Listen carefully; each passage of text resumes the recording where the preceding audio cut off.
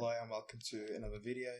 Today we're going to be removing the dash clock radio display screen from a Peugeot 3008's.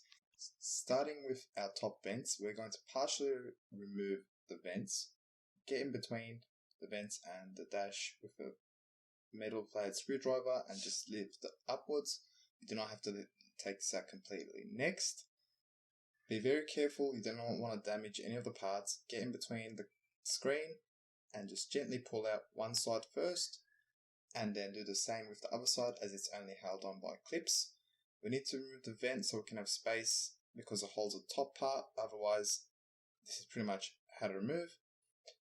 Press on to the detaching clip and then pull the black piece down, and it's that easy to remove this display.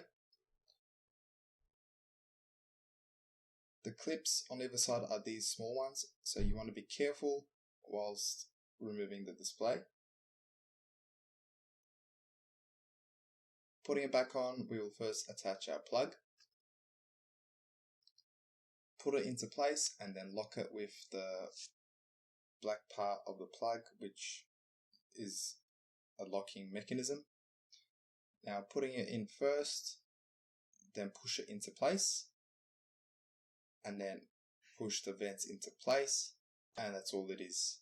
This is plug and play. Thank you for watching. I hope you have found this video helpful. Please don't forget to like, comment, and most importantly, subscribe to support the channel, and we will see you in our upcoming videos.